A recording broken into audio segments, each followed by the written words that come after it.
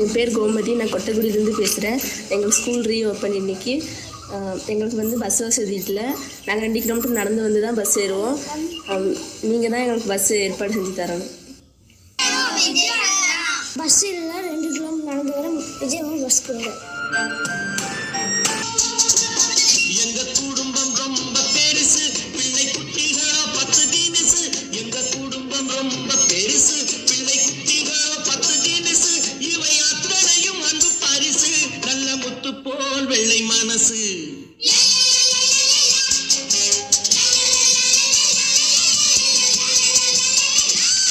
நான் தன்னன் தானி காட்டு ராஜா, என் தோட்டத்தில் எத்தனை ரோஜா.